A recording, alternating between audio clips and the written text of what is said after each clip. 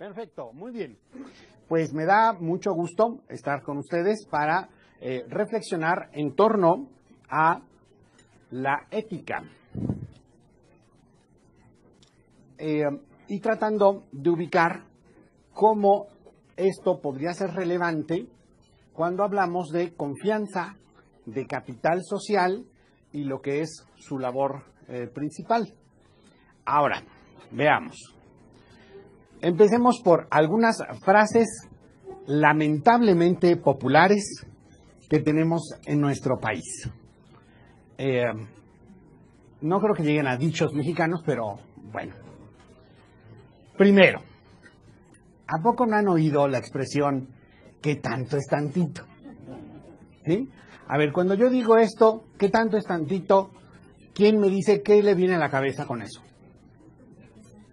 No les dé pena, estamos en confianza. Dinero, ¿qué más? Trampitas, ¿qué otra cosa? Minimizar algo, ¿no? ¿Qué tanto es tantito, no? Bueno, pues de tantito en tantito, pues se llena el jarrito, exactamente, ¿no? Número 2. Otro dicho. Algunos lo elevan hasta el nivel divino y dicen: Diosito, Diosito, no te pido que me des, solo ponme donde hay. ¿A qué se refiere esto? A ver, no me digan que hay, no se les viene nada a la cabeza. No hay oportunidades.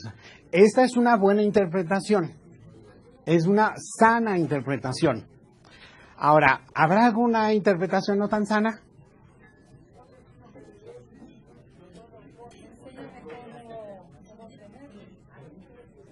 Puede ser, ¿sí? ¿Dónde puedo tomar? Esa digamos que es la interpretación obscura, ¿no? Que no sea una cuestión de, no, si yo no te pido que me des, nada más dame el chance, ¿no? En la lógica de gobiernos municipales, fíjense que luego se paga por ser inspector. ¿Cómo que pagas por ser inspector? O sea, pagas por la plaza. ¿Por qué no se supone que tú, en una lógica normal de lucro honesto, pues entrenas a una persona, le dan la posición y ejerce una función, en este caso pública, ¿no? Bueno, pero ¿por qué será que en algunos municipios se paga por ser inspector? ¿Por qué creen que sea? Porque le están poniendo donde hay. No. Si no me des, yo te doy. Acá está, mira, por Adela. Nada más ponme donde hay. Porque un inspector, ¿qué tiene que hacer? Inspeccionar. Pónganme un ejemplo.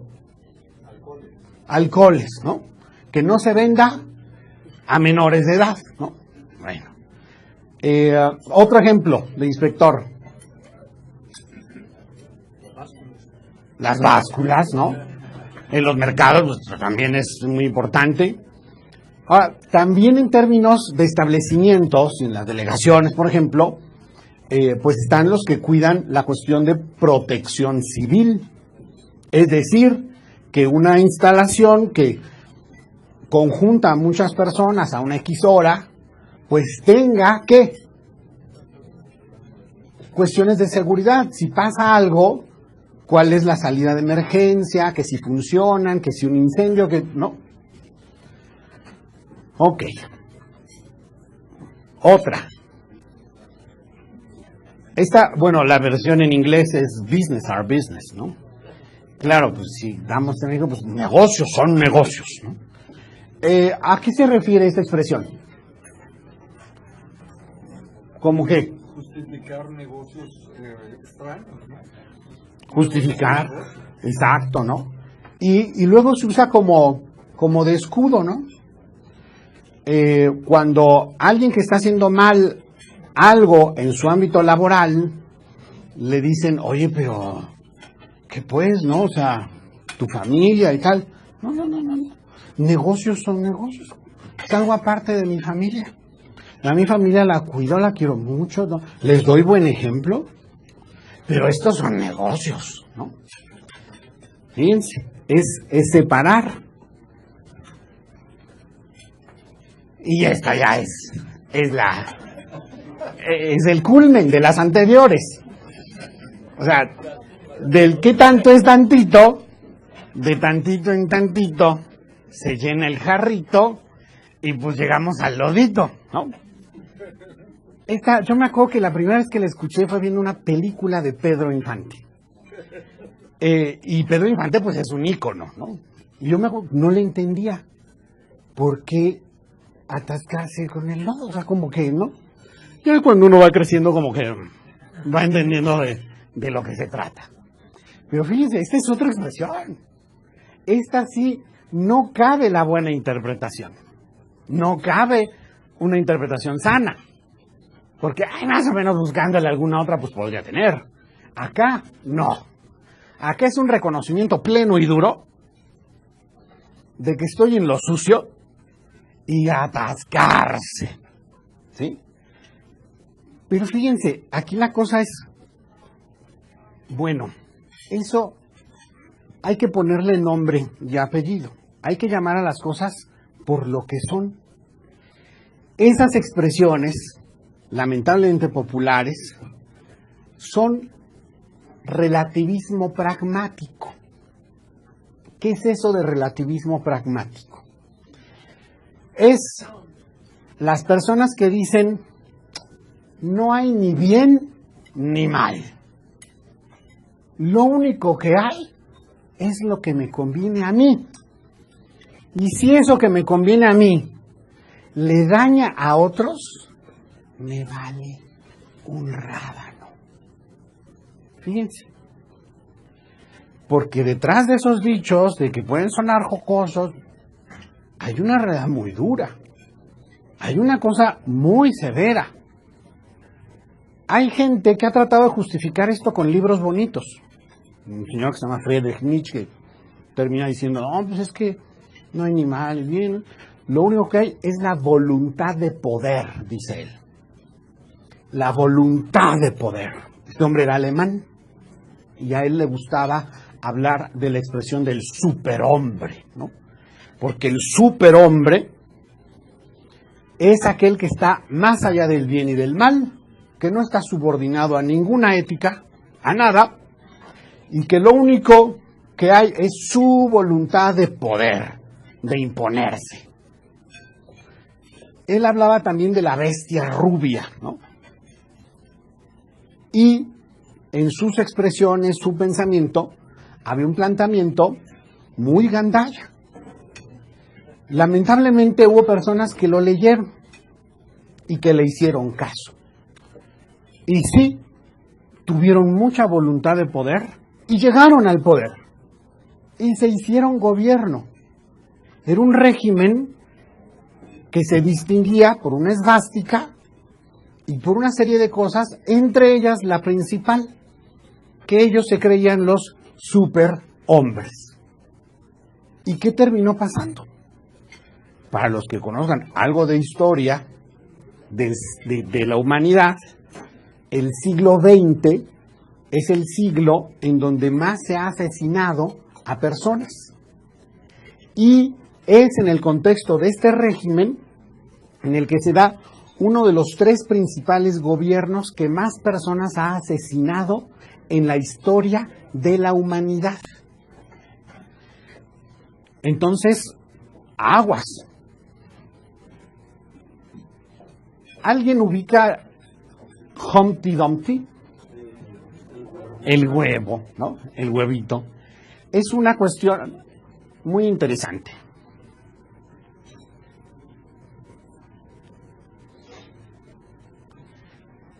Lewis Carroll, gran literato, hizo Alicia.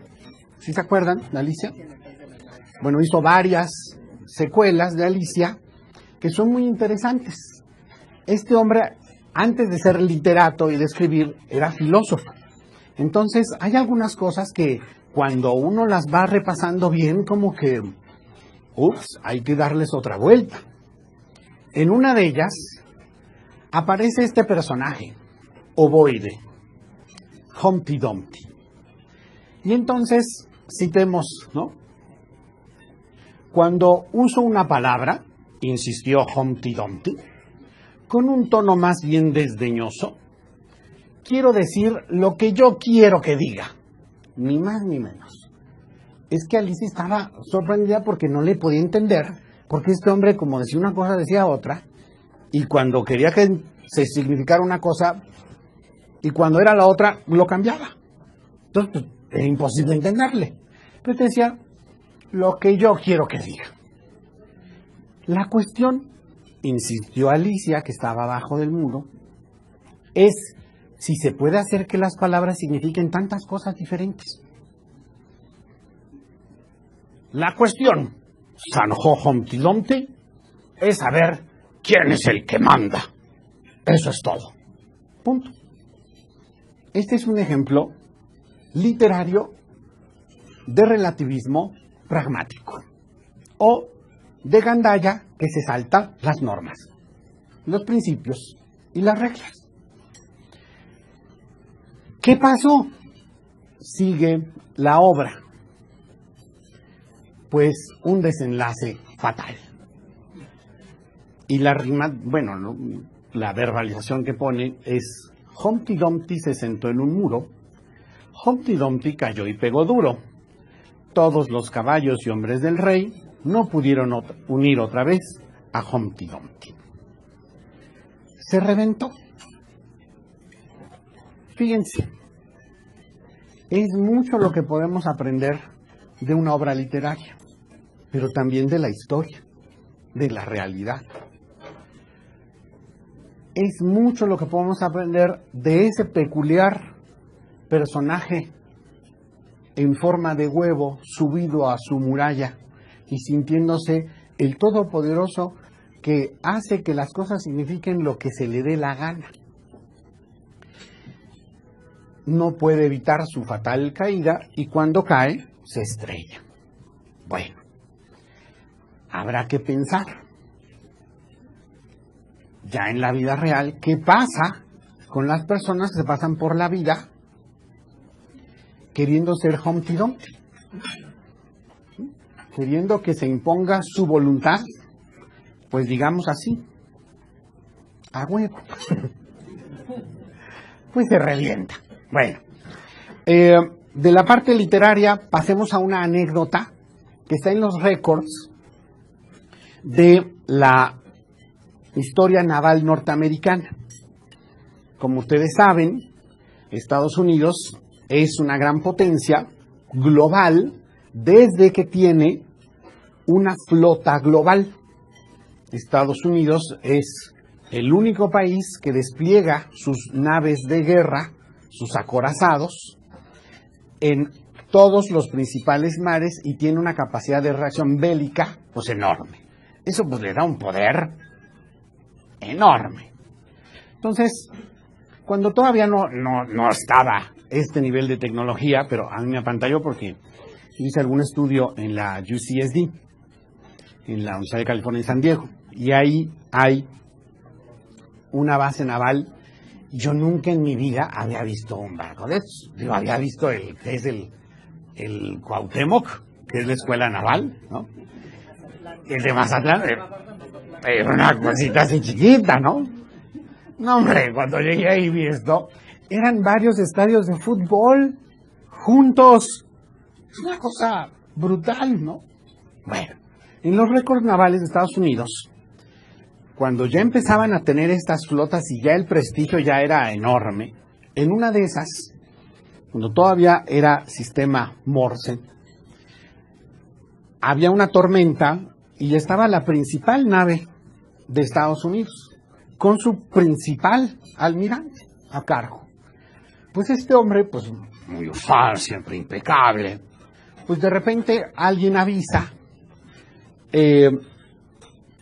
pues que se divisaba algo enfrente de ellos a una X distancia. Entonces este hombre, pues siguiendo su costumbre, le ordena a el subordinado: comuníquese con esa nave e indíquele que se tiene que mover. Pues ahí lo tienes, era tiempo de lucecitas, ¿no? De clave Morse.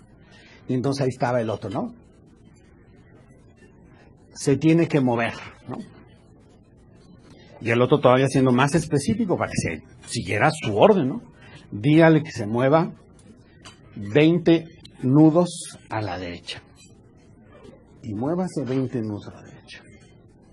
Pues, ¿qué le responde? Pues no me muevo. Y muévase usted 20 nudos a la izquierda. Y el almirante estaba así. Vamos a romperle la cara a este imbécil. Pero antes, preguntémosle cómo se llama para saber a quién le rompemos la cara. Y le pregunta, ¿no? Lo vamos a destruir, pero queremos que se identifique. Pero ya le había dicho, le vamos a destruir. ¿Y qué creen que respondió? Soy el faro.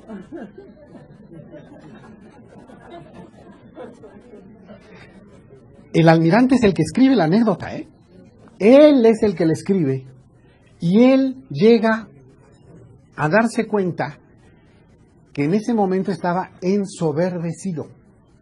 En ese momento él sentía un poder extraordinario porque era el principal almirante de la principal flota naval con el principal buque de guerra. Y por lo tanto creía que todo lo que estuviera enfrente se tenía que mover a como él quisiera. Y pone abajo, estaba equivocado. ¿Por qué? Porque resulta que ante un faro solo tienes de dos sopas. ¿Cuáles? Uno,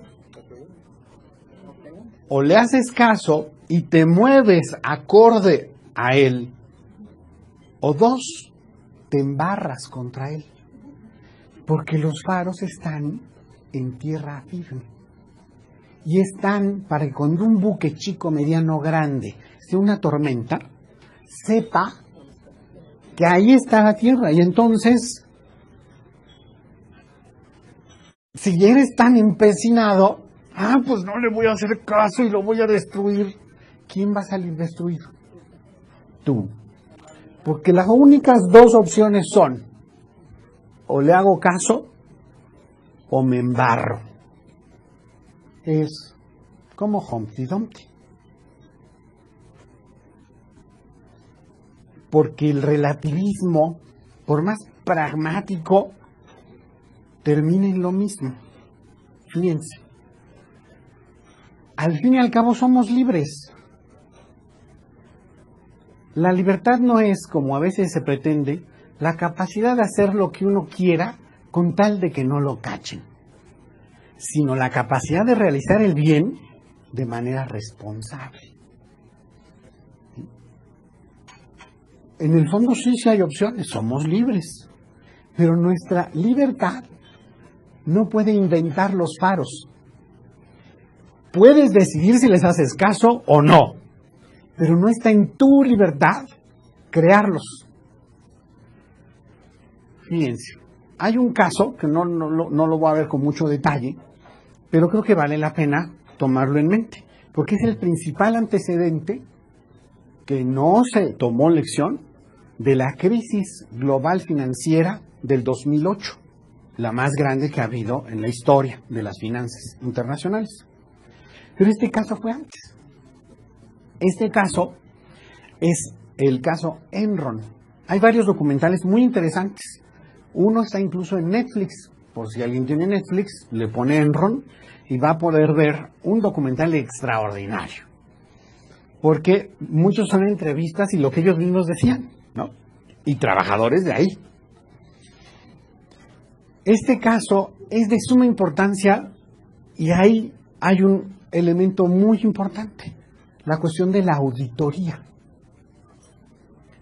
Fíjense, podríamos hacer muchas preguntas, porque este caso de Enron resultaba ser el caso más mencionado en las principales revistas y periódicos de ámbito económico, financiero y empresarial del mundo.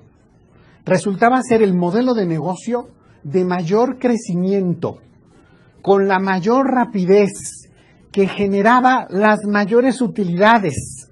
Era algo que parecía impresionantemente atractivo, imbatible, y todo era crecer, crecer, crecer.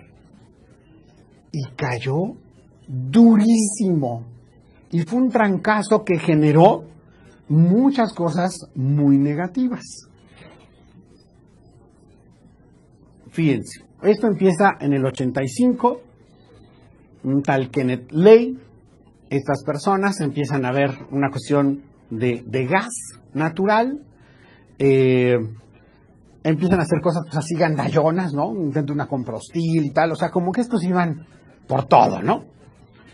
Tienen un primer escándalo de corrupción, pero pues, lo arreglan con 85 millones, pues total ya iban generando lana y lana y lana. Estos pasan de ser un banco de gas a un nuevo concepto, los derivados de energía. Suena bien, ¿no? Y terminaron haciendo derivados de derivados. Y el genio creativo era un señor que se llama Jeffrey Skilling. Entonces ahí ya se hace la dupla imbatible de Kenneth Lay y Jeffrey Skilling. Bueno, estos dos ya, de ahí para adelante, todo fue una cosa impresionante, ¿no? Empezaron a crecer, ganaron 25% del mercado global de gas. El global lo traían estos. Pero no les bastó. Siguieron y siguieron. Hacían unas cosas impresionantes porque te vendían energía futura, ¿no? Y para eso empezaron a hacer cosas muy curiosas. Y como empezaron a ver que ¿quién va a estar checando si en verdad estamos haciendo una planta en África? Pero como ellos jugaban con la expectativa, y la expectativa generaba ventas de acciones, y las acciones se podían evaluar muy bien, y después podía hacer un juego bursátil con ellas, pues hacían cosas como esta. Dicen, vamos a crear la central eléctrica más importante de toda África, que va a exportar energía así, y empezaron efectivamente a comprar hierro para eso, y lo transportaban y lo anunciaban por todos lados, pero en verdad nunca quisieron construirla. De verdad no. Todo era pura faramalla, para generar la expectativa de que iban a hacer muchísimo dinero, les compraran acciones sobre algo que no existía y que no tenían intención de que existiera. Otro ejemplo, estos tipos convencieron y cambiaron leyes en California para que ellos pudieran adquirir posibilidad de poseer y manejar abastecimiento eléctrico a una de las principales ciudades del mundo, que es Los Ángeles. Con esta lógica y esta dinámica, miren nada más las cosas que hicieron, porque no les voy a poner todos los casos, porque estos, o sea, así como les pongo estos, hay muchos, pero muchos es muchos, hasta que en el 2001, bueno, pero ¿qué es lo que pasó? Estos tipos, y están las grabaciones, y las grabaciones pues las pueden ver en los documentales. El estilo de hacer las cosas, de saltarse todas las normas, todas las reglas, simplemente para hacer más profits, más ganancias, más dinero, hicieron que estos tipos jugaran al desabasto de energía eléctrica para, ante la necesidad provocada, inducida por ellos mismos, subirle los precios y entonces volver a vender lo mismo que ellos estaban atrofiando. Pero eso afectaba a hospitales. Se moría la gente. Y esto lo jugaban unos poquitos, muy, muy jóvenes, muy desgraciados, pero que jugaban. O sea, era una cosa de, ¿cómo le hacemos para ganar más, no? Obviamente esto empezó a caer cuando una chica joven de una revista profesional de finanzas empezó a decir, bueno, estos no están siendo muy transparentes, no me están poniendo aquí lo que las otras empresas ponen y que se les exige. Un poco más de transparencia, un poco más de rendición de cuentas, sus eventos anuales donde tienen que hacer eso, no render nada de cuentas, todo ese espectáculo, el show, y le empezó a pedirles, oigan, denme esto. Bueno, a la pobre mujer le llovieron los trancazos, porque como estos movían palancas, pues esta mujer insistió. A ver, vámonos en específico. Ustedes dicen que van a generar tanta, ¿con qué lo van a hacer? Alguien se lanzó a África y vio que todo el material, el hierro y todo eso, estaba simplemente oxidándose. No había ni plan para hacer la planta, nada. Y entonces así como estaba eso, estaba lo demás. Estos tipos tuvieron en la mentira la base de hacer un negocio global. Y obviamente, cuando esto terminó de caer, fue en el 2001. Y fue una bancarrota de unos pocos días. Se desplomó eso, pero de trancazo.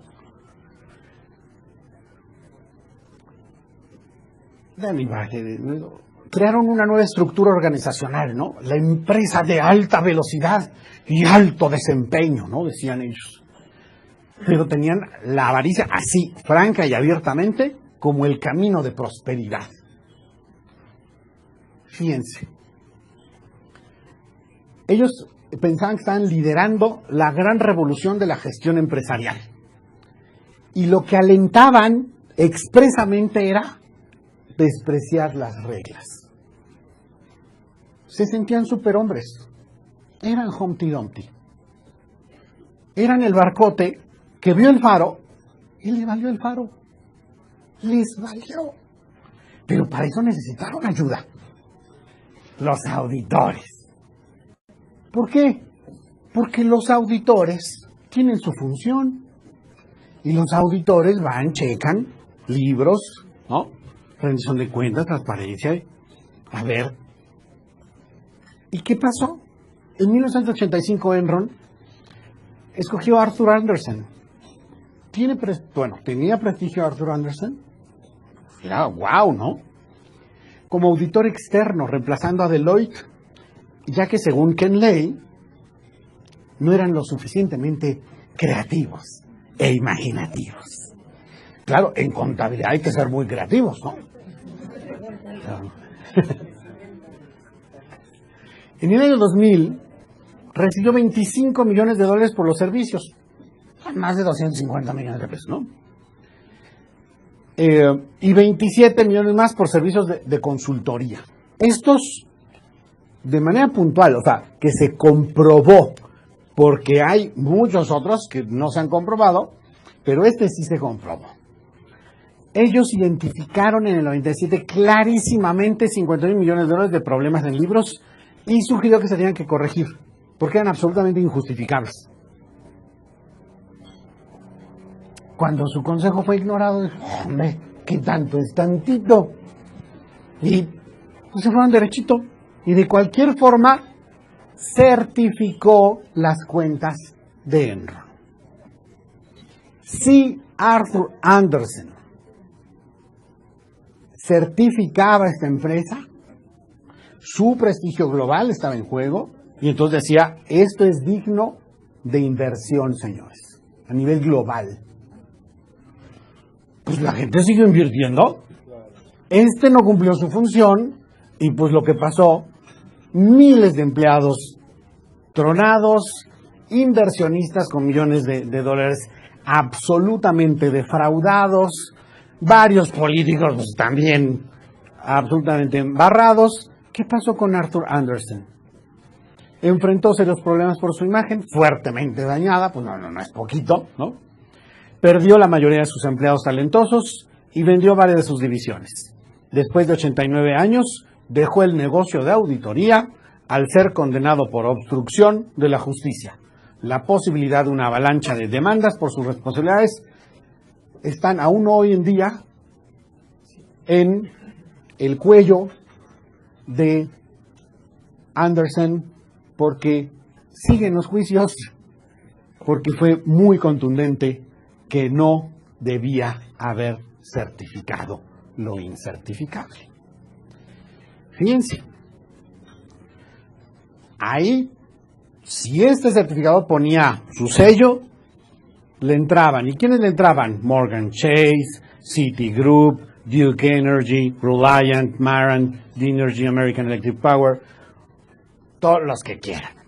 Fue un archirrecontra mega fraude, ¿sí? Y eso tiene consecuencias. Entonces, si nos preguntamos, ¿habrá relación entre la ética, la confianza y el capital social? Pues miren, sin mínimos de ética, los mercados no pueden funcionar. Sin mínimos de ética, la convivencia no se puede dar. Sin ética no hay confianza.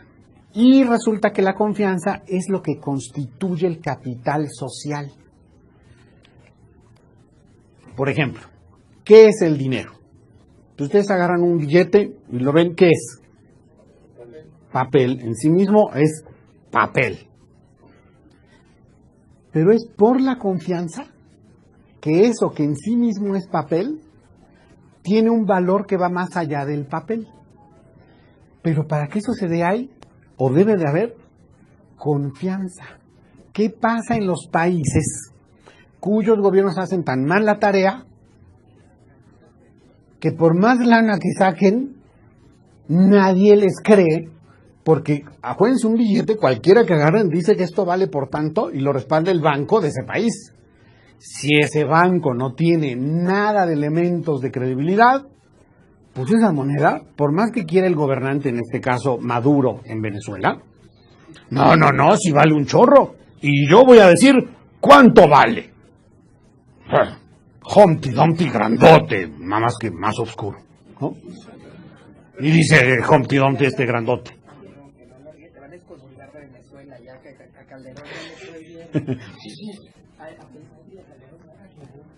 El Humpty Dumpty venezolano dice, mi moneda vale tanto.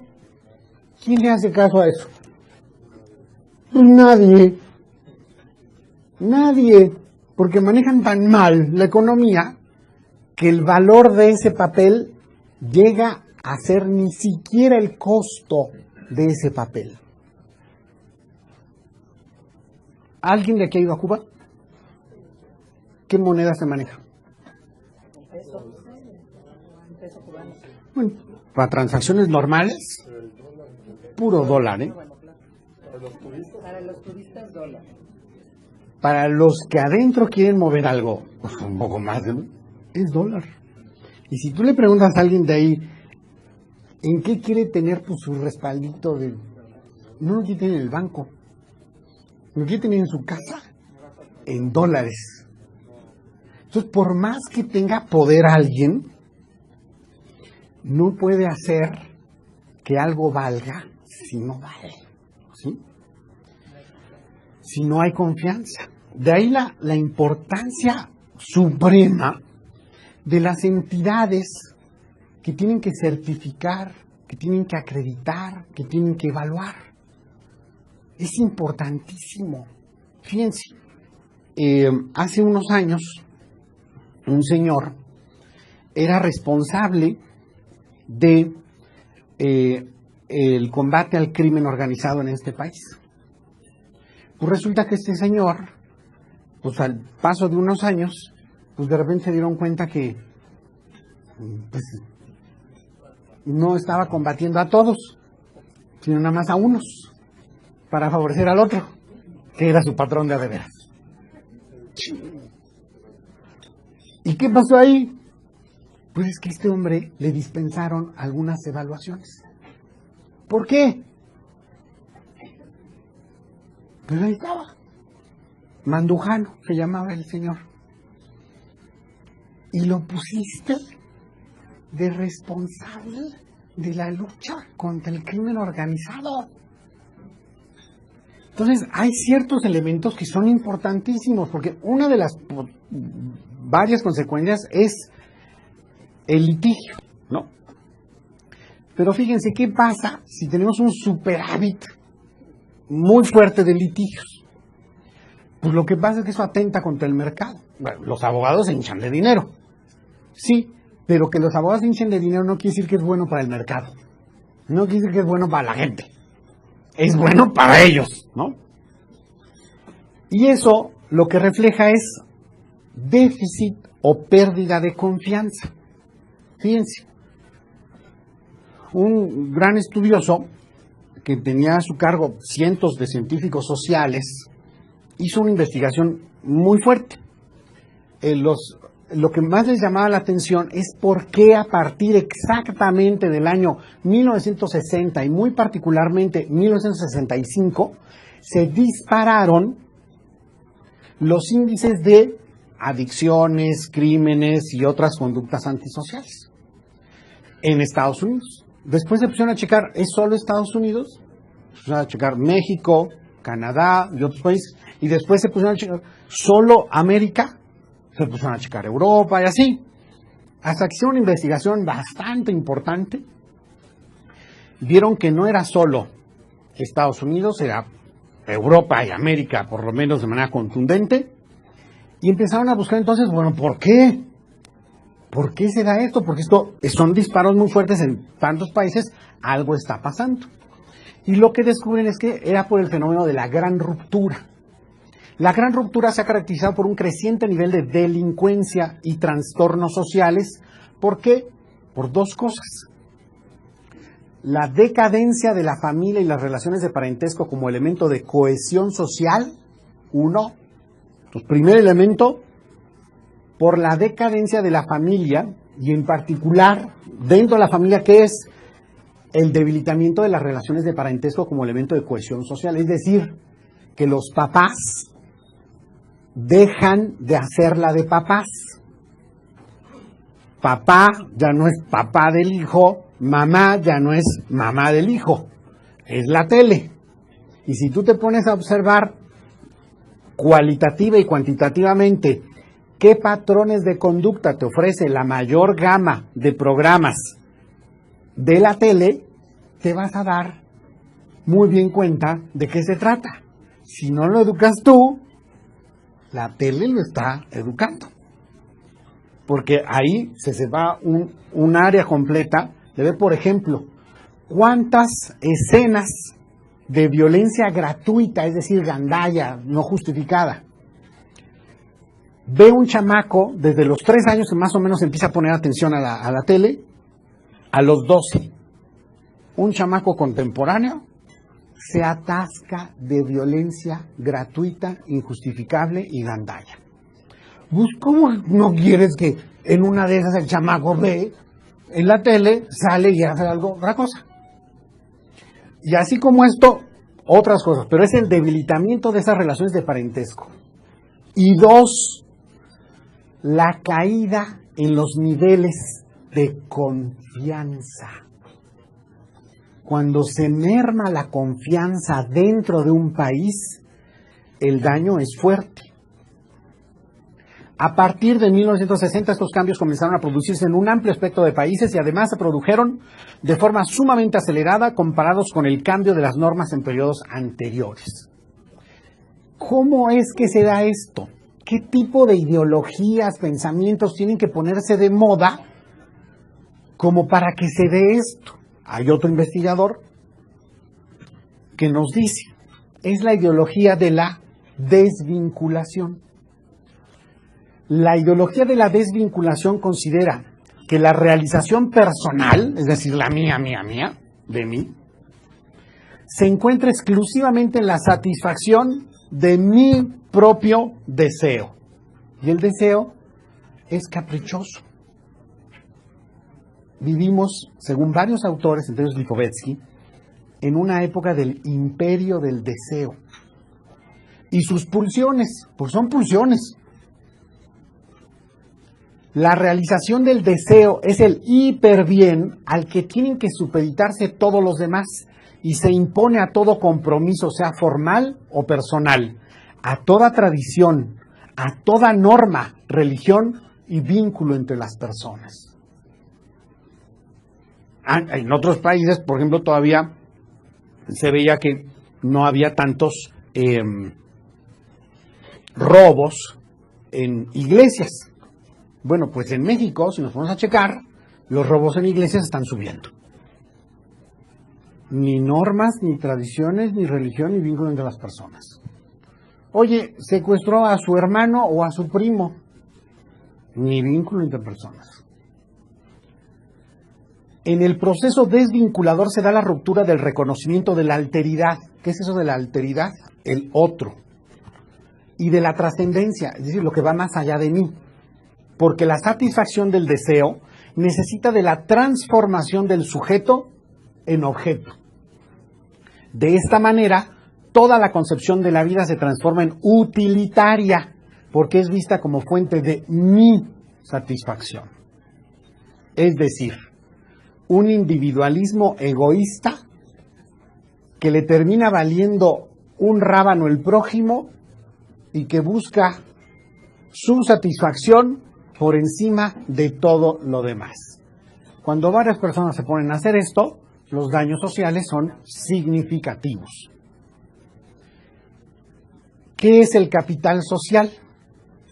Entendemos el capital social como el conjunto de relaciones sociales caracterizadas por actitudes de confianza y comportamientos de cooperación y reciprocidad. Instituciones, relaciones, actitudes y valores que rigen la interacción personal y facilitan el desarrollo económico y la democracia. Aspectos de las organizaciones sociales, tales como las redes, las normas y la confianza que facilitan la acción y la cooperación para beneficio mutuo. Entonces viene la pregunta. ¿Se acuerdan de Miguel de la Madrid? Prohombre de la Administración Pública Mexicana. Él tuvo la idea de la renovación moral, ¿no? Entonces en ese tiempo pues era como muy normal que ante un trámite se fuera y pues te daban la alternativa. Joven, ¿qué quiere? ¿Simplificación administrativa o renovación moral?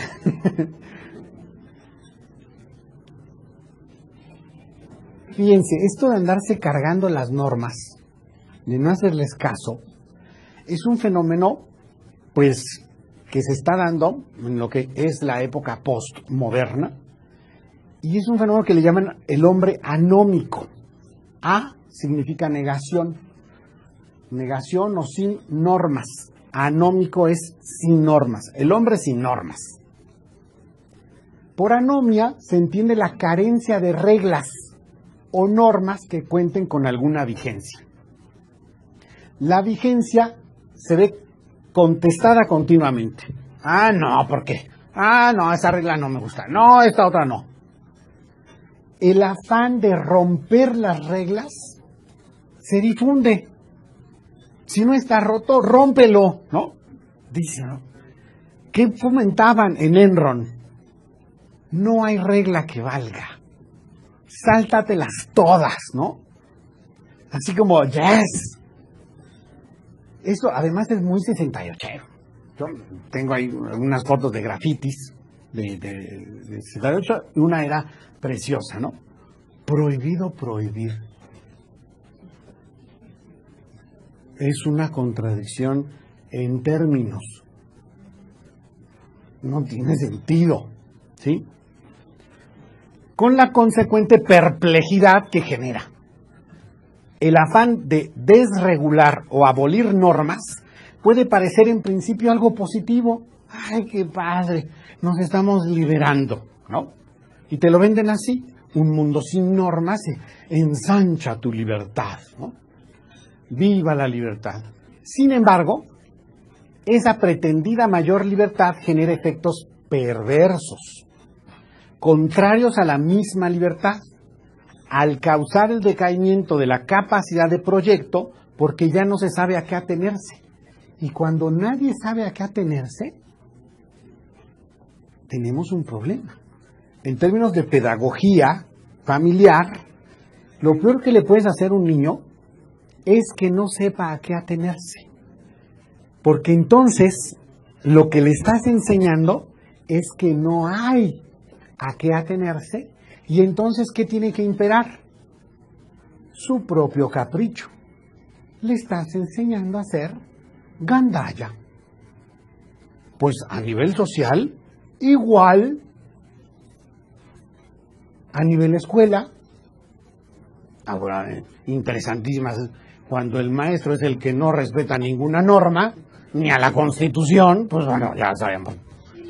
Y además le pagas puntualmente, eso sí. Entonces, sí tenemos unas broncas como fuertecitas.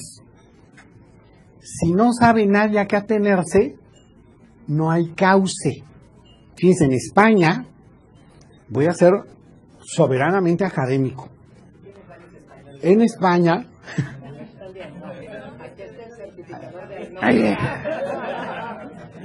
se utiliza el término madre en la cuestión de campo para designar los cauces por donde va el agua.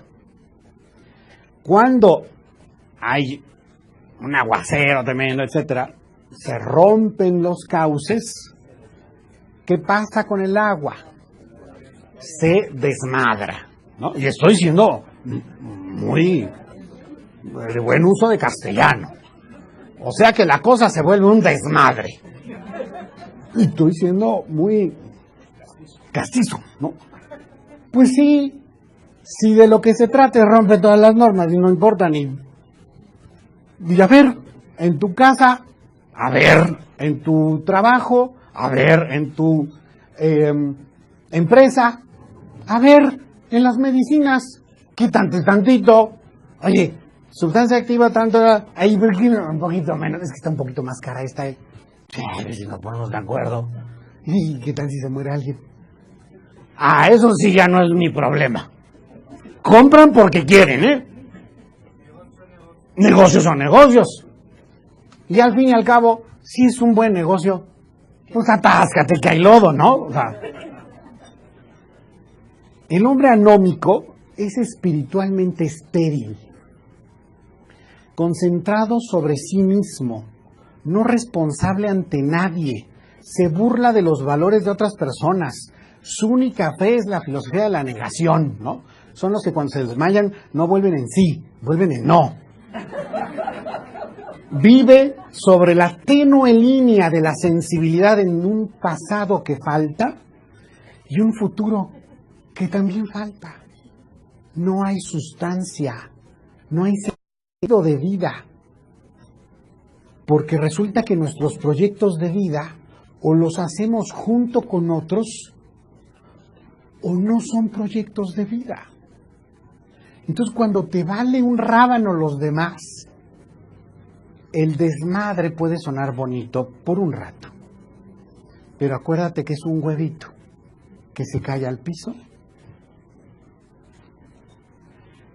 Hay unos principios básicos que no sé si me va a dar tiempo, pero que es bueno tenerlos en cuenta, entonces los voy a ir enunciando. El bien debe seguirse y evitarse el mal. Esto, que parece de perogrullo, hoy es súper necesario, sobre todo en la etapa de 0 a 5 años. La investigación que les mencioné, The Great Disruption, ven que ahí se ubica que el debilitamiento de los lazos familiares de parentesco es gran parte del problema. Se refiere exactamente a esto. A los chiquitos de 0 a 5, dentro del amor, el cariño que se les tiene que dar, porque es importantísimo, hasta lo físico, está en que vayan aprendiendo que el bien tiene que ver con hacerle un bien a otros y que tiene que ser un bien verdadero, y el mal es lo que genera daño a otros, porque si no captan bien esto de 0 a 5 años, se van a tardar en comprenderlo, y a veces hay unos que no terminan de comprenderlo. No deben emplearse medios moralmente malos, aunque los fines sean buenos. Ay, es que la causa es buena. Es por la revolución. Y entonces secuestro, extorsiono. Es para dárselo a los pobres. Mato y... O sea, ha de considerarse valioso todo aquello que contribuya al desarrollo del hombre.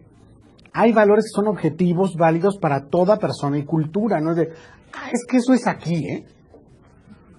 El hombre debe adquirir capacidades, virtudes necesarias para alcanzar una vida lograda, plena y completa. No hay atajos. No hay persona feliz y plena si no le echa ganas habitualmente, en términos positivos, a tener virtudes. Y las virtudes no son hacer el bien en una ocasión, no. Es hacer el bien de manera constante y en varios rubros. Prudencia es saber determinar el bien práctico para esa ocasión, en ese momento y en ese tiempo. Justicia, saber dar ese bien a quien corresponde. Templanza, no confundirlo con el placer, porque no todo placer es bueno. Oye, pero me causa placer. Sí, pero puede ser un placer malo. Es que es bien bonito, mira, si le serrucho así sale la sangre y padre.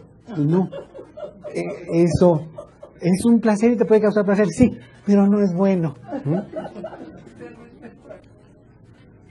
Obra de tal manera que tu acción puede erigirse en norma universal de conducta. Tú piensas, eso que estoy haciendo, ¿lo podría hacer mi hijo? Ándale, a ver si. O piensa, a ver, esto. Y piensa en tu hija, a ver, esto, ¿lo podría hacer mi hija? Igual y ya te viene ahí alguna duda, ¿no?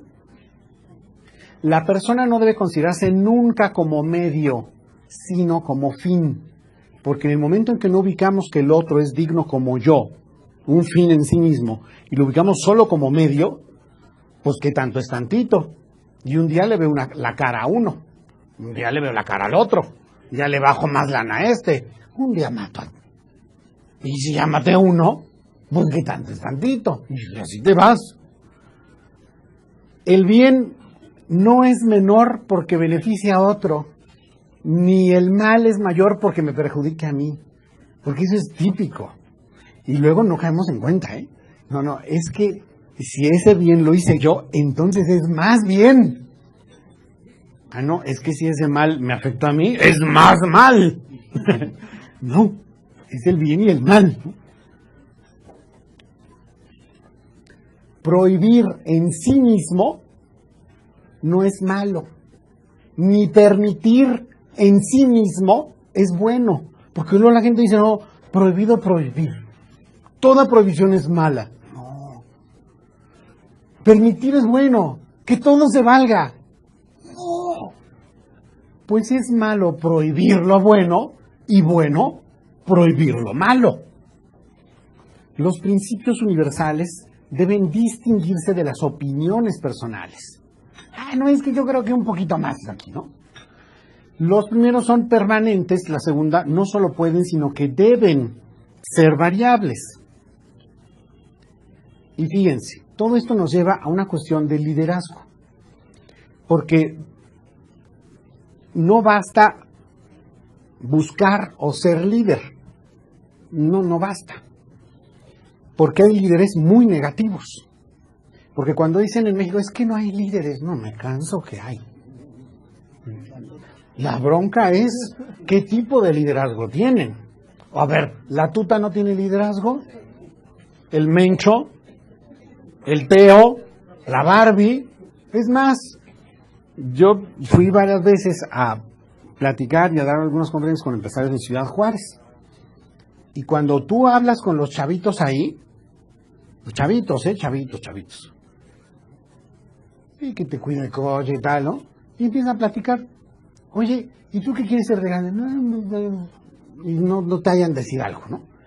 Ok, bueno, ¿cómo te gustaría verte, no? Y entonces ya empiezas a caer en cuenta.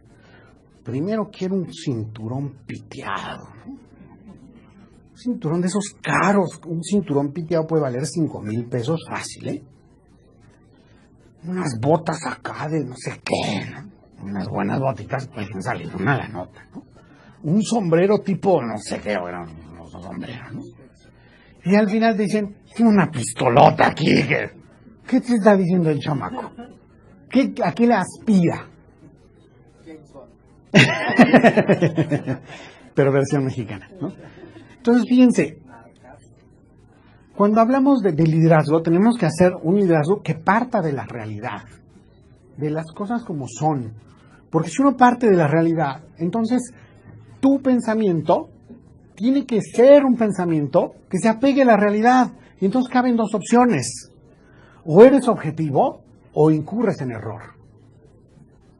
Y para ustedes y en lo que hacen, ser objetivo es importantísimo.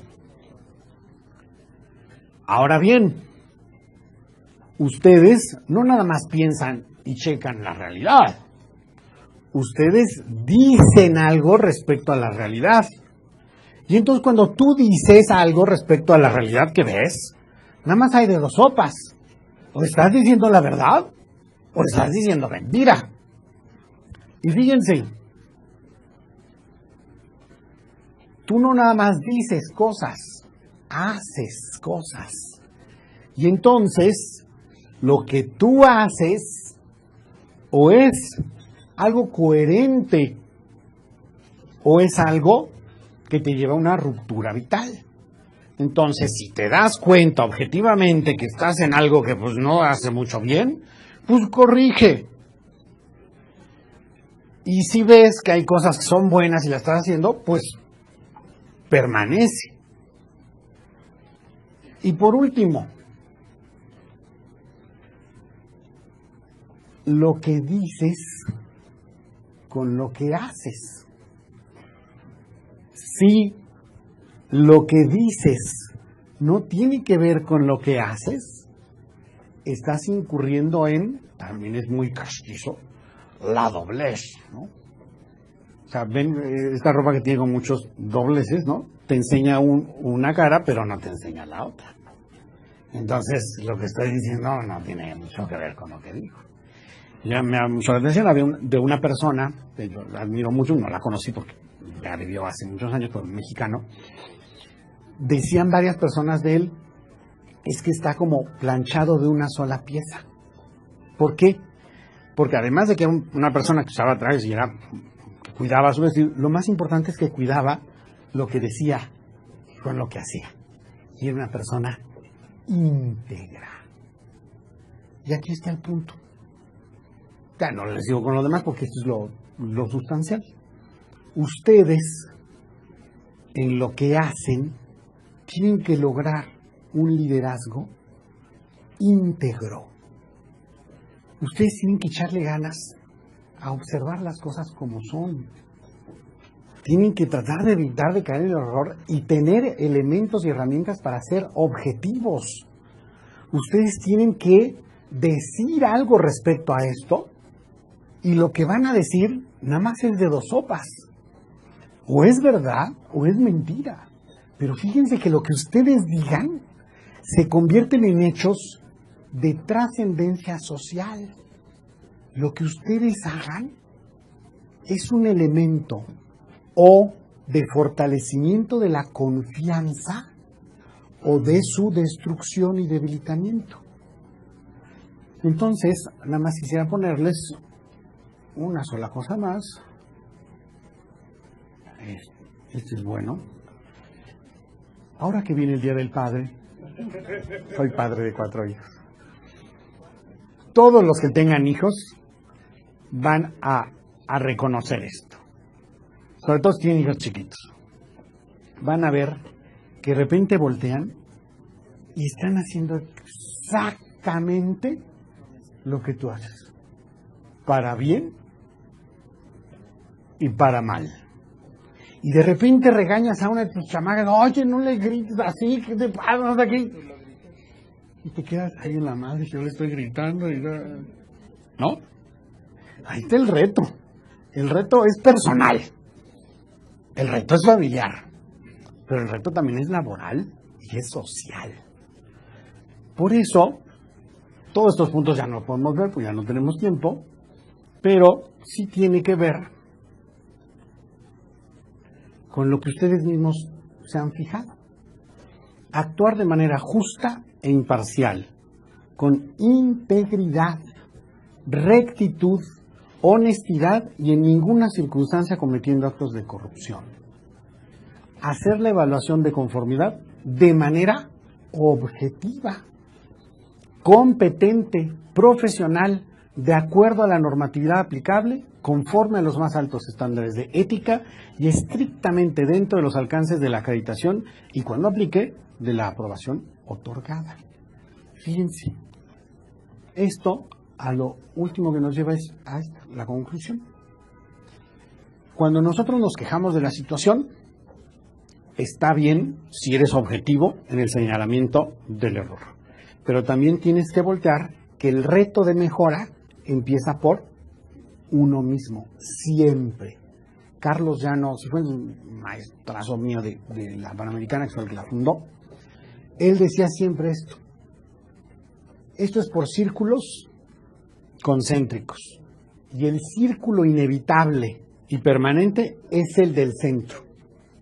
El círculo de tu propia persona, de lo que tú debes hacer, de lo que tú puedes hacer. Eres absolutamente insustituible. Por eso, para mejorar las cosas, se requiere de nuestra transformación ética personal y, a partir de ahí, comunitaria. Necesitamos sinceridad, desinterés, lealtad, generosidad, examen serio de las cosas con capacidad técnica. Pero la técnica no te hace ético. Una persona ética puede saber de técnica y aplicarla bien. Una persona gandalla puede saber de técnica y aplicarla mal. ¿Sí? Entonces, lo primero es ser ético y lo segundo es usar bien la técnica. Y por último, nuestra familia, nuestra empresa, nuestra ciudad, nuestra patria será tan limpia, tan clara y tan armoniosa, tan justa y tan libre como lo seamos nosotros. Muchas gracias.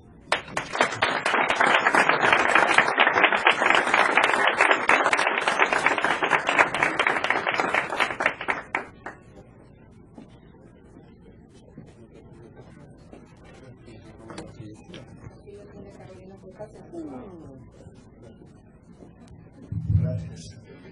Rodrigo, muchísimas gracias.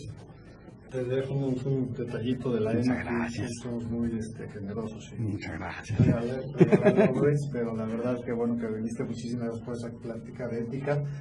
Yo creo que esto nos sirve a todos, no solo lo que hace la EMA, gracias a Dios, en este caso no solo va a transcurrir, transmitirse o trascender en la persona o en los evaluadores o en los esto debe llegar hasta la familia de cada uno de nosotros y bueno, tratar de que esto seguir dando el ejemplo y que esto siga transminando a la sociedad mexicana, porque pues de aquí tendríamos que salir. La verdad tenemos un grupo bastante virtuoso, somos, te puedo presumir que somos la cereza del pastel de México, porque creo que somos una gente bastante éticos. En EMA tratamos de ser unas gentes muy congruentes entre lo que pensamos y lo que hacemos, y bueno, eso nos ha caracterizado por todos los logros y virtudes que hemos tenido hasta hoy, 16 años de crecimiento en la EMA. Pero bueno, creo que es el momento de lo que hemos venido haciendo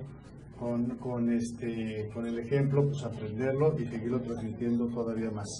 Pues te agradecemos muchísimo, fue una plática súper emotiva, súper importante. Creo que siempre el tema de ética, de verdad, es un tema que tenemos que tener siempre.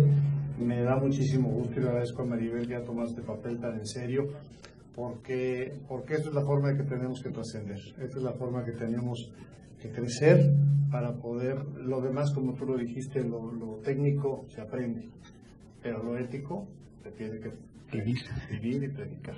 Pues muchísimas gracias. Y pues aquí está. ¿Nos puede dar un correo donde le puedan hacer preguntas? Porque recibimos muchas por internet. Se está pasando por internet la conferencia y estamos recibiendo muchas preguntas.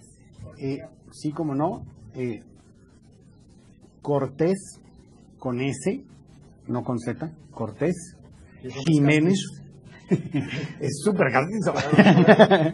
Cortés. Mi tío es Hernán Cortés. Así se llama, en serio. Cortés Jiménez con J y Z al final, @gmail.com. pues ahora sí que primera vez en mi vida que voy a mandar a saludar a Hernán Cortés. Pues, Con con mucho gusto. Podemos hacer llegar las preguntas. Sí, cómo no. Sí, cómo no.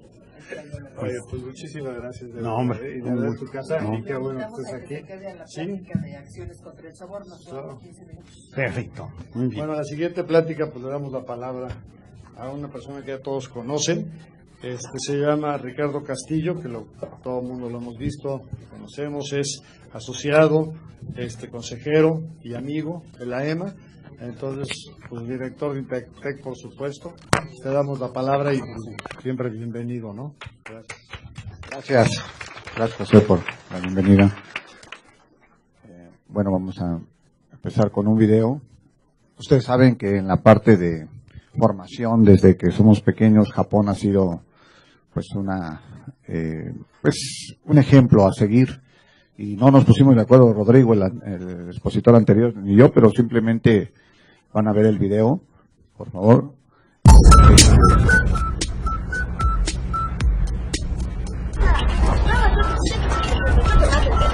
お利口さんに待っててね。ちょっと待っててね。ここまで来てるみたいだから、待ってて、キラここで。学んでて乗れるように。待って待ってて。待って。できるの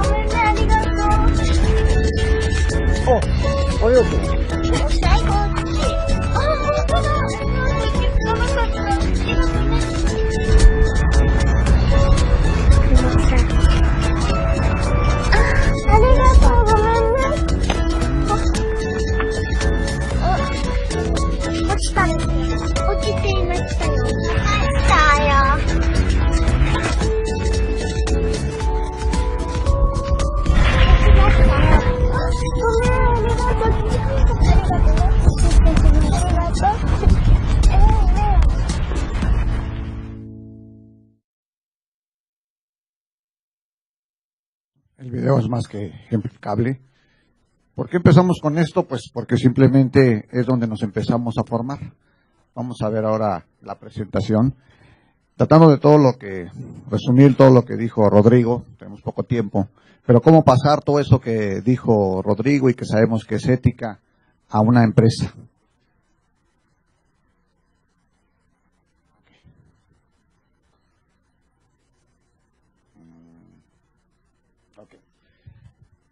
Aparentemente, ética, pues todos sabemos qué es, ¿no? O nos damos una idea de qué es, pero ¿cómo la podemos pasar a una organización? A partir de lo que comentó Rodrigo, de Enro viene a revolucionar todas las empresas que están inmersas en la bolsa, ¿no? Intertec es una de ellas. En Intertec se empiezan a ver, y como bien dijo él, la parte técnica, puede ser un técnico, puede ser un excelente abogado, podrá ser un doctor en lo que tú quieras, pero la ética es aparte. Tenemos gente, pues, de actos no éticos, de cuello blanco, decimos, ¿no? Por eso me traje un azul, para que nos diferenciáramos un poco. Pero bueno, la parte es esto. ¿Cómo podemos pasar, ¿verdad?, ese concepto a una organización? Pues con lo que vemos que hicieron los niños, con valores, ¿verdad? Uno de ellos es el respeto a las reglas y políticas. Intertec es una empresa que cuenta con laboratorios de verificación, órganos de certificación. Obviamente tiene que cumplir normas para poder dar el servicio a sus clientes, ¿sí? La transparencia, ¿sí? el saber qué está bien y qué está mal, el ser claros en las cuentas, ¿sí? Compromiso. Si nosotros no tenemos compromiso desde la formación, desde niños, ¿sí? Si nosotros al hijo, y es algo que tenemos que hacer y tener que recapacitar todos, porque ahora los hijos los tenemos muy consentidos. Ahorita platicamos con Maribel aquí en la comida, pues antes vivimos con una serie de libertades. Si no teníamos televisión, no importa, éramos muy creativos y nos divertíamos. Y ahora le dice al niño que no tiene internet y se infarta. ¿Sí? ¿No? Entonces, obviamente, ese el hacer y el estar menos tiempo con la familia, lo hemos malinterpretado en hacerles todo y darles todo. Y darles todo a veces los hacemos pues, inútiles, ¿verdad? ¿Sí? Es decir, ahí empieza el valor y de cómo nos formamos las personas. Y un compromiso es, por ejemplo, hablaba Rodrigo del placer, ¿verdad? Y de niños, pues todo es placer, por eso todo es juego, todo me causa placer. Ya cuando vamos avanzando, ¿no? Haciendo, ya el placer son otros. Ya no nos llena el jugar nada más, ¿sí? Pero si al niño le decimos, yo quiero jugar, y si al niño no le puede hacer la tarea, pues no lo va a hacer, él va a jugar, porque eso es lo que le causa placer. Ahí lo tenemos que ir, pues no. Primero haces el deber, y el deber ser es la tarea. Tienes que jugar también, pero una vez que termines, ¿no? Sino que hacemos. Bueno, 5 minutitos, ¿eh? Nada más 15. ¿Quieres que se enoje mamá? ¿Sí? Y resulta que el chico se aventó 3 horas jugando y ya no hizo la tarea. Bueno, a ver qué le decimos a la maestra. Esos mensajes, tengamos mucho cuidado porque desde ahí los estamos mal encaminando, ¿no? El buen ejemplo, y dentro de todos estos valores que tenemos en Intertech, pues está el antisoborno, ¿sí? Porque dentro de cualquier empresa podemos tener también clientes muy buenos y clientes no tan buenos. Podemos tener empleados muy buenos y empleados no tan buenos, ¿sí? Entonces, ¿cómo vamos a lidiar con eso? Parece sencillo, pero no es así, ¿sí? Ya me regresé, creo, ¿no? Ahí está. Estos valores, integridad, ya ha hablado Rodrigo, una persona íntegra, ¿ah?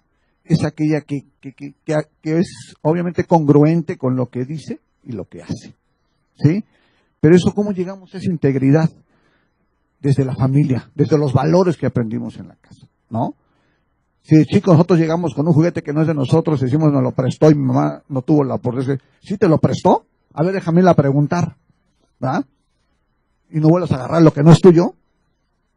Pues desde ahí ya empezamos con un camino desviado, ¿sí? Esa es parte, el compromiso, la transparencia y la honestidad. Características de los valores. ¿Por qué todos hablamos que cómo son los valores? Bueno, son patrones de conducta, ¿sí? Que se reconocen. Algo que dijo Rodrigo es, bueno, ¿qué tal si nada más lo digo y no lo hago? Entonces lo tenemos que hacer para que se reconozca. Se transmiten el ejemplo que también se mencionó, ¿de acuerdo? Lo que yo vea, soy un ejemplo. Dice, oye, pues que, a ver, dame tu opinión. Pues mejor te doy el ejemplo. Porque la opinión la puedo decir, pero el ejemplo es lo que más impacta.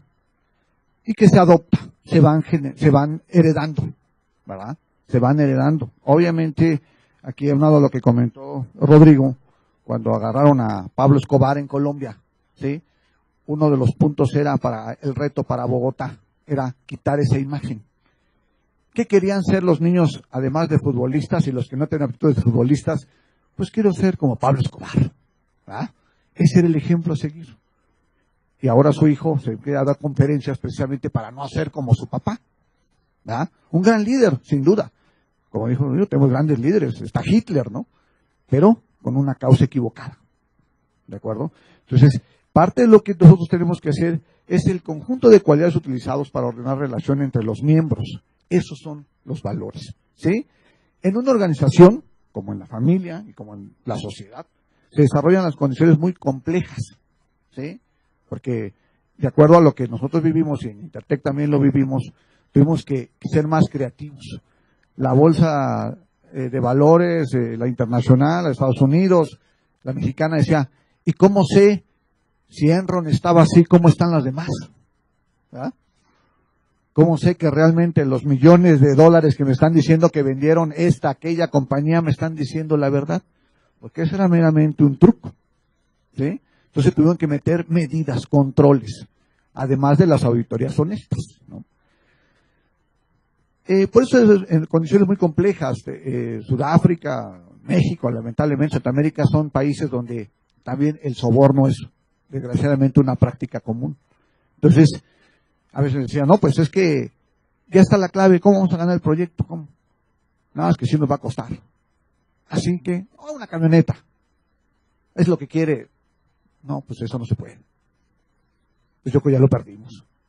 ¿Sí? Aunque tengas capacidad técnica, aunque tengas las condiciones, etcétera. Pero tendremos, como dijo Rodrigo, que analizar. Podemos comprar la camioneta, pero esto cómo va a pegar a la imagen. Toda decisión que tome seguramente va a tener sus consecuencias, buenas o malas. ¿Sí? Entonces es donde tengo que separar. ¿Son necesarios para producir cambios a favor del progreso? Claro que sí. ¿Sí? Si cada vez esas empresas que nos piden algo a cambio obtienen menos, ¿sí?, ofertas, va a llegar al punto que no va a poder pedir y que se va a acabar. De acuerdo a la oferta es la demanda. Así de sencillo. Son posibles porque muchos seguimos creyendo en ellos. Esto es esencial. Si no hubiera de este lado del mostrador y de aquel lado, gente que dice, no, eso no se puede. ¿Sí? No te puedo dar el certificado porque, oiga, cámbienos los números, ¿no? ¿Sí? Nos han hablado a laboratorios, nos dicen, oiga, sí, fíjate que salí mal y salí un poco alto en esta norma en agua y pues necesito que nos echen la mano. ¿Cómo? Sí, una cotización. Sí, pero ahí póngale cuánto es el extra, ¿no? ¿El extra de qué? Pues es que salí un poquito alto.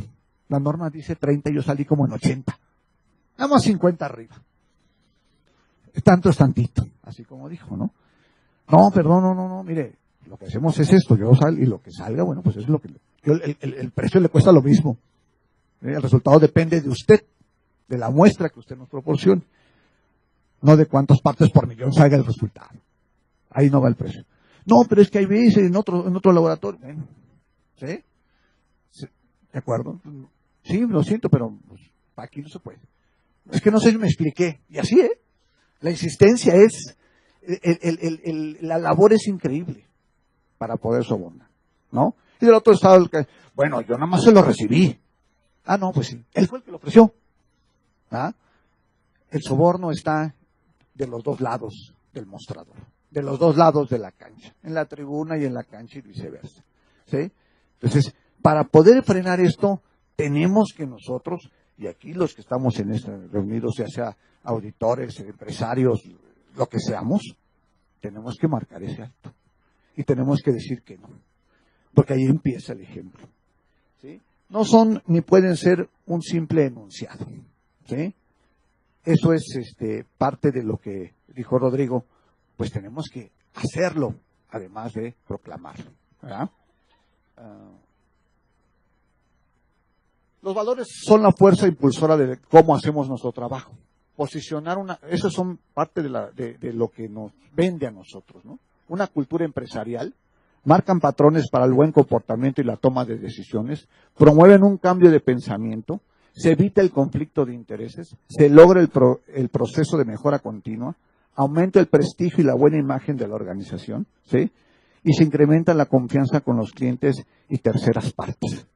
También ha habido que me dice, oiga, yo ya vi con varios laboratorios, me dicen que usted me va a cobrar más, pero me va a hacer el trabajo bien.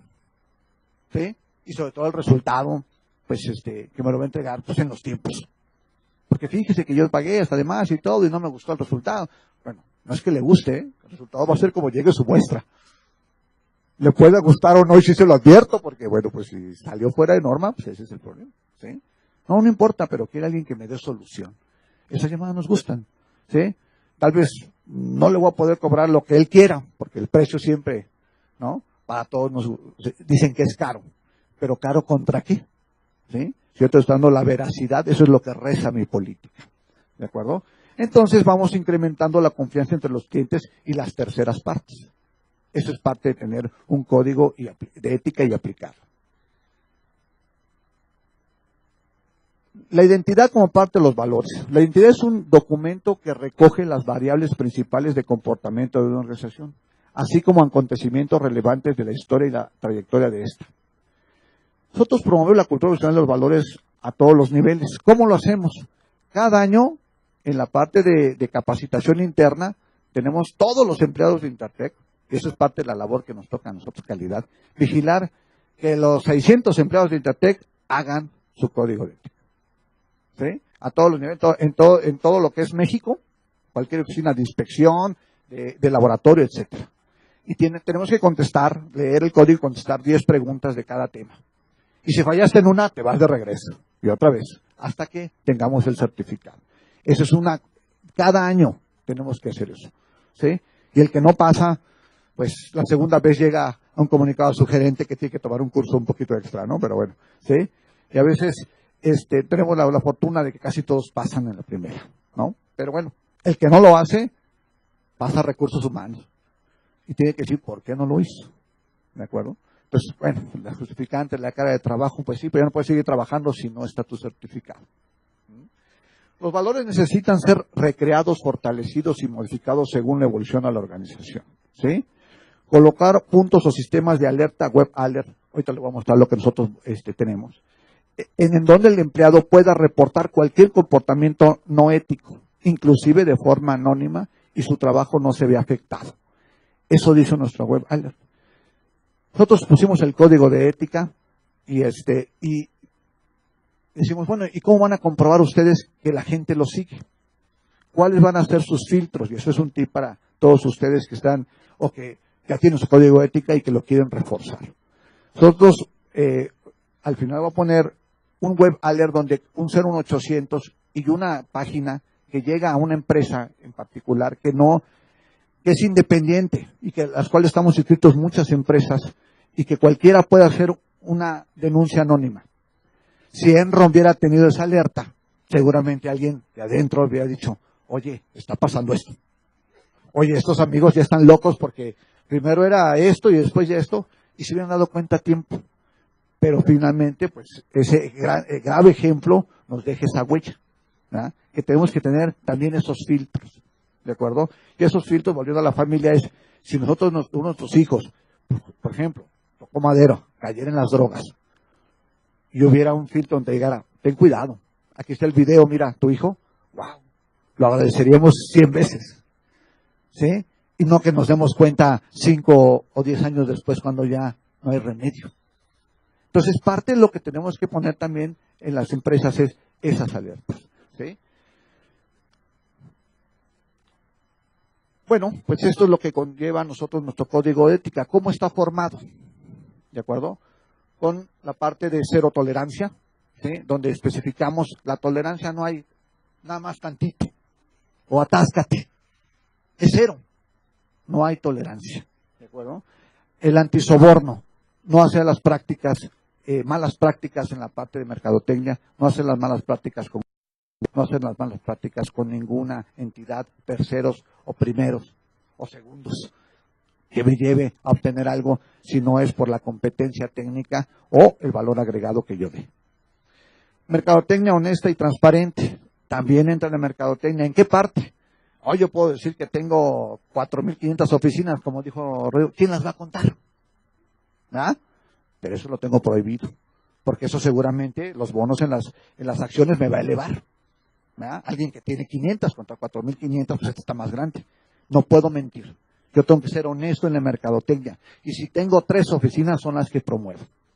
Si tengo 500, 800, eso es lo que promuevo.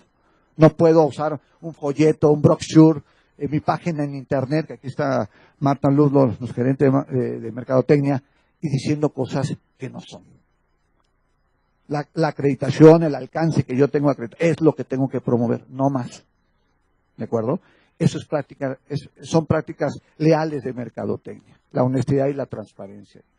Y el uso adecuado de sistemas y de comunicaciones.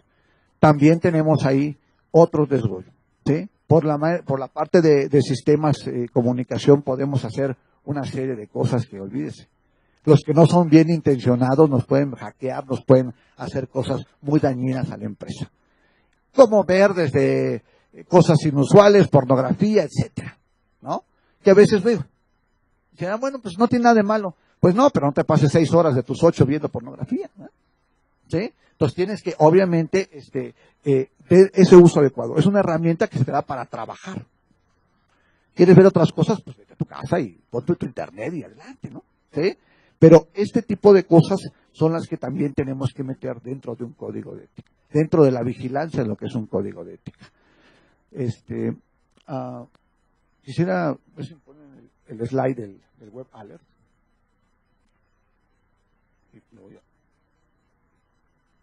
Muy bien, este es nuestro web alert, si lo puede bajar un poquito para que se vea la parte de abajo. Aquí lo ven, esto es donde pueden reportar cualquier gente, cualquier abuso. ¿Sí? El web es una manera simple y efectiva para que los empleados puedan expresar sus preocupaciones acerca de cualquier situación no ética y potencialmente ilegal dentro de la empresa. El servicio web alert es propiedad global de Compliance Services, antes Pinkerton Compliance Services, y es operado de forma completamente independiente a su empresa. Todas las demandas son manejadas de forma confidencial y si el empleado lo desea, pueden ser completamente anónimas. Los empleados pueden usar web alert en la siguiente dirección, ahí viene, para cualquiera de los siguientes aspectos. Falsificación de datos o resultados, reportes financieros fraudulentos o inadecuados, ¿sí? Violación a políticas de la compañía, preocupaciones sobre salud, seguridad y temas ambientales, conflicto de intereses, soborno, ya sea dado o recibido, abuso de recursos de la compañía, incluyendo reportes de gastos, hojas de tiempos, etcétera, de confidencialidad, violaciones a mercadotecnia justa, regalos impropios, violación a las leyes de antisoborno, abuso de alcohol o drogas, acoso o discriminación, amenaza o violencia, etcétera. Cuando empezamos esto hace, ¿qué será? Pues unos 10 años, nada más pedíamos prácticas fraudulentas, manipulación de resultados, y vean cómo ha crecido, ¿sí? Un acoso sexual puede ser reportado también aquí, ¿no? Entonces, eso es parte de lo que nosotros tenemos. Y algo importante aquí es cuando se levanta una queja, el empleado debe ser específico y no debe dar acusaciones generales que no pueden ser investigadas. Me voy a saltar hasta acá. Deben ser de buena fe. En otras palabras, su carrera y empleo no sufrirán ningún resultado adverso. Tú lo puedes poner como empleado y si tienes las pruebas y estás en lo correcto, tu trabajo no se verá afectado.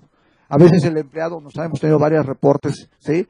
Que cada vez son menos, afortunadamente, pero esto dio un freno importantísimo para nosotros en la conducta no ética, en todos los niveles, en finanzas, en dirección, en ventas, en la parte del laboratorio, ¿verdad? Y de inspecciones también.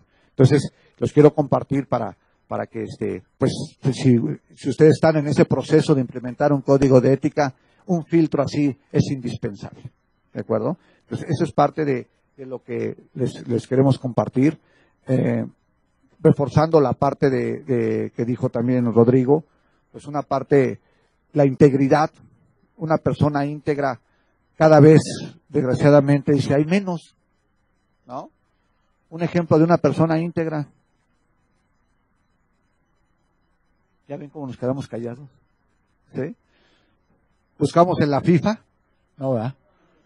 En nuestra Cámara de Diputados, tampoco. Cada vez, desgraciadamente, es más, y debemos de revertir eso. Cada vez, yo sé que aquí estamos personas íntegras, pero ¿por qué nos cuesta tanto trabajo a veces describir eso? ¿Sí? ¿Qué es integridad? Pues es hacer las cosas bien, pero desde la formación que tenemos, ¿sí? Esa es la parte básica. No olvidemos los valores. Y si no tuvimos una buena educación, pues retomemos la hora. Creo que todos los de aquí, por algo estamos aquí, porque tuvimos eso, un buen ejemplo. No digo dinero, no digo una superposición, posiblemente la tuvimos, pero eso no tiene que ver con el dinero. Tiene que ver con la formación desde casa, ¿sí?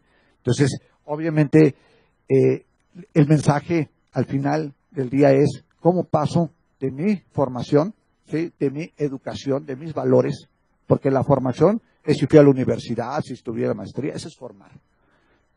Pero los valores se traen de casa. Y eso es lo que tenemos que transmitir a nuestros hijos, ¿de acuerdo? Y empezamos por uno mismo. Finalizo la última slide, por favor.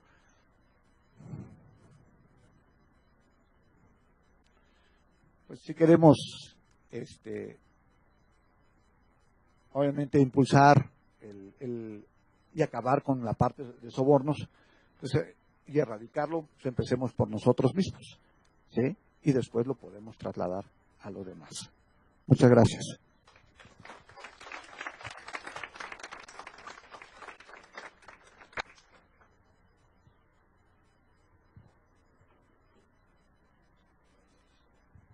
Pues aquí te damos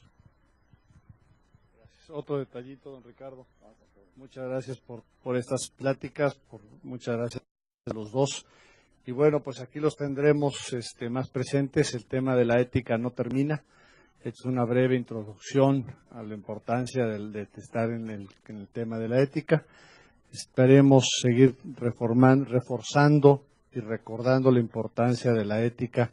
Lo que tú dijiste no es una cosa que se cambie, es un modo de vida, es un modo desde que lo naces, eso no sé si se oiga castizo o no, pero desde que se mama es la ética, se ve, y como bien lo dijeron, es el ejemplo que le transmitamos a nuestros hijos, ¿no? Entonces, pues muchísimas gracias a nombre de la EMA, y bueno, pues aquí está su casa como siempre. Gracias.